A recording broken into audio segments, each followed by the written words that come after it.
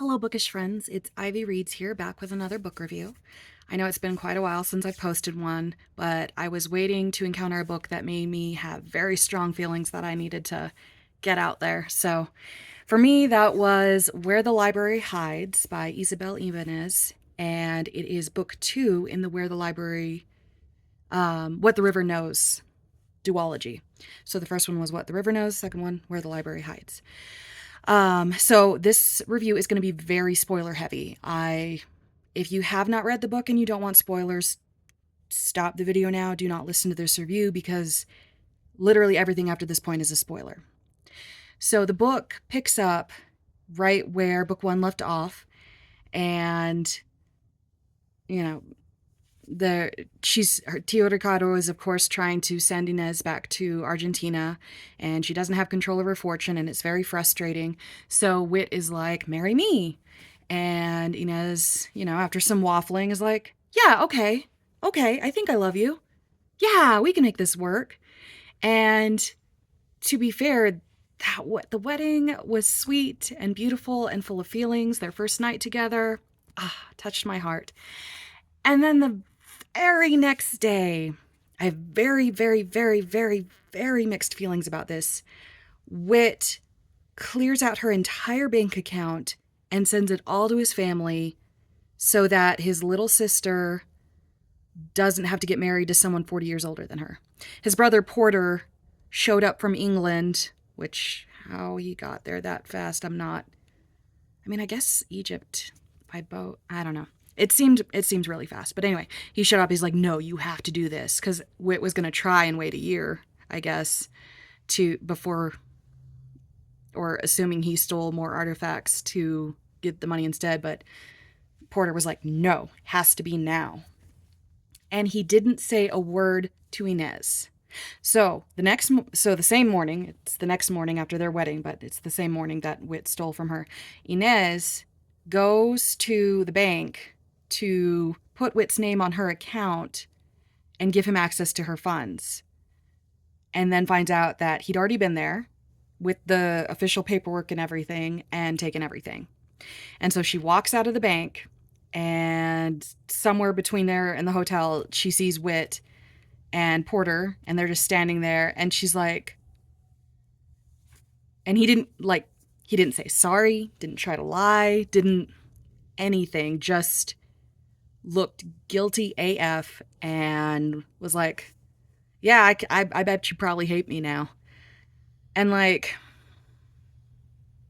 there was no reason it needed to go down like that. And I was I was feeling it. I cried for a good hour because I'm like, are you kidding me? There is no recovery from that kind of betrayal. None whatsoever. And so I'm like, the book is ruined. The series is ruined. Everything I loved is gone and dead. But sure, let's see how Isabel tries to fix this. So, of course, I kept hate reading. And so, which, to be fair, she did, I would say, redeem him. But the fact that the entire thing was based on a lack of communication, bullheadedness, it just felt so unnecessary. Like she had to come up with a way to make us hate Wit and then, redeem him. So his plan is to recover Cleopatra's scroll that has the secret for turning lead into gold. And he's going to pay her back every cent. But first he needed to say his sister. So when she talks to him about it, and she's like, you haven't apologized, right? And he's like, and I'm not gonna. I don't regret doing whatever it took to save my sister. And she's like, I can't fault you for trying to save someone you loved. The unsaid part, I just wish you loved me that much. And then she's like, I want a divorce. And he's like, wait, what? But why? And she's like, really? Yeah, I want a divorce. They warned me that you were a fortune hunter. He's like, how dare you think I was a fortune hunter? Literally the day after he stole her entire fortune. How dare she think that? How dare she wonder that? And when he is giving her no evidence to the contrary or letting her know that he plans to remedy it, all he says was, I made a promise to help you stop your mother, and I will keep it. Why she didn't, I mean, admittedly, she was smart not to kick him to the curb because she, in this situation, is a woman alone in Egypt and definitely needs a man to help because of the society and how it treats women. Case in point, how he stole all her money and it became his money once they were married. Very infuriating, obviously. So during this time, Isadora from the first book shows up. She, if you don't remember, was the daughter of, I don't remember his name, but he was the guy who pulled a gun on them and almost shot them. And she was also good with a gun, but her and Inez got along. And so she shows up and she says, I discovered my father's dastardly actions and I have nowhere else to go. Please take me in. And Inez is like, yeah, absolutely.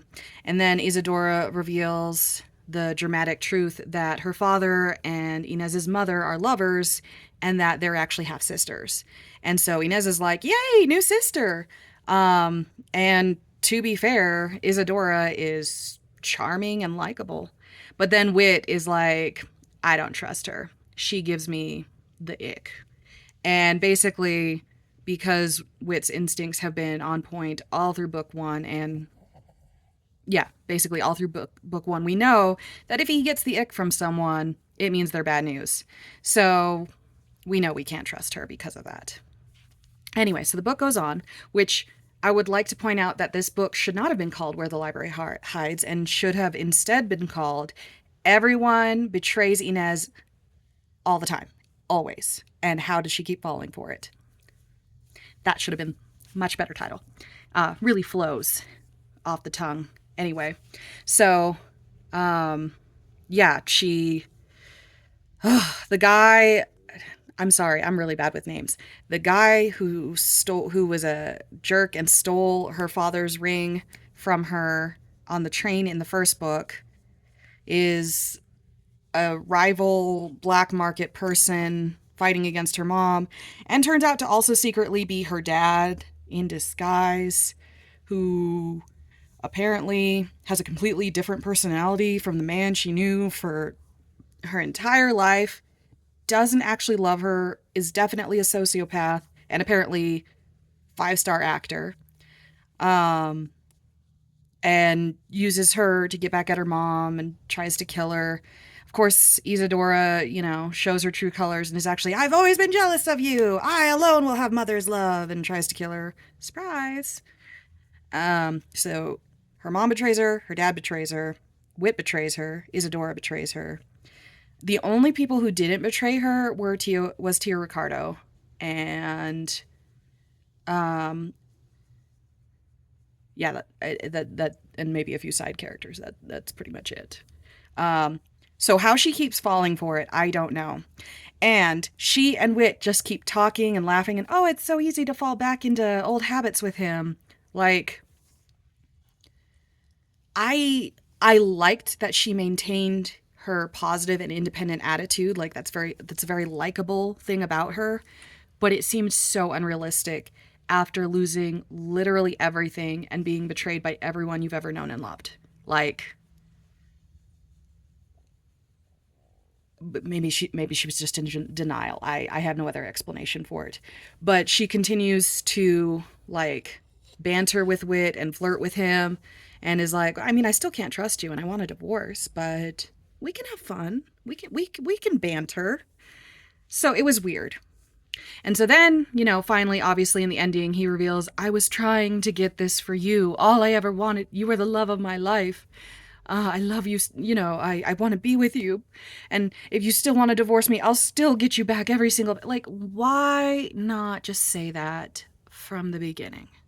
Why? Like, it was so unnecessary. The entire book could have, which, to be fair, I'm not saying the book wasn't good. The book was very good. I liked it a lot. I just wish this had been handled differently. Like, I think the betrayal part with Wit, I think it should have been done differently. or shouldn't have happened at all since she already had everyone else betraying her, or that Isadora's character should have been exactly who she said she was, and they could have been sisters with the exact same dysfunctional parents bonding over that trauma and, having sort of found family vibes. But that didn't happen either. So that was disappointing. Anyway, so at the end, obviously, everyone lives happily ever after. Her mom goes to jail / house arrest, which of course she's going to escape. So, which seemed to imply that there might be a book 3, but then the way that the epilogue hit and talked about everyone's futures, it didn't seem like it. So it might just be finished. But one of the things that pissed me off so much in the epilogue is when it talks about Whit's sister and how, because of Inez's stolen funds, not only did she not have to marry a man 40 years her senior, she didn't have to marry at all and had enough money to be financially independent for the rest of her life. Which means Whit did not have to take all the money. There was no reason for him to take all of it except for a plot device. And Inez even says, like, in the very beginning, like, if you just talked to me, I would have, like, yeah, I wouldn't have given it all to you, but I would have given you some. Probably even half. And honestly, with her whole attitude, it's I don't care about the money. I care about you loving me. Like, she would have done whatever it took to save his sister if he just said something, but he didn't. And so this is happening like a week or two later. She's breaking bread with Porter and the sister who all came from England. Porter, who stood there while she confronted Whit and was completely fine with not knowing the whole situation and believing that his brother had gone to another country, seduced and deflowered another woman, stolen her entire fortune, and then encouraged him to leave and abandon her because they needed the money and they would do whatever it takes to save their sister. Like, that's not a good person. Like, they focus on how bad and evil her father and mother were, but the author glosses over how disgusting Porter is. And then she names one of her kids after him. Like, anyone who's okay doing that to someone, not someone I would be naming my kids after. Yeah, I did not like that. But again, I know this entire review has been complaint after complaint after complaint. I liked the book. I was entertained. I would suggest, if you liked the first one, reading the second and finishing the story. It was enjoyable. I may or may not go back and reread it in a few years. I'm uncertain. I appreciate the mummy vibes that this book has provided that I would say I haven't really seen anywhere else in any other books. Not that I read a ton of historical fiction, but I really liked that feeling that it captured. I did like the relationship between Inez and Whit. I did like them as characters, although Inez is kind of stupid for being so smart. But I mean, I could see her being one of those. I mean, it makes sense. She was sheltered her whole life. So intellectually, she's book smart, but socially, she's inept and clueless. And Whit's kind of her polar opposite. So they do complete each other in that way. And I think it would be a great story to hear about her and Whit in the future, because it says they stay in Egypt and, continue to do their thing. And so I think that would be interesting. I gave this book 3.94 out of 5 stars, which is really high for my level of criticism. But again, it was entertaining, and it was a good book. It was, despite my complaints, it was a good book. So I would suggest reading it. Thank you for watching.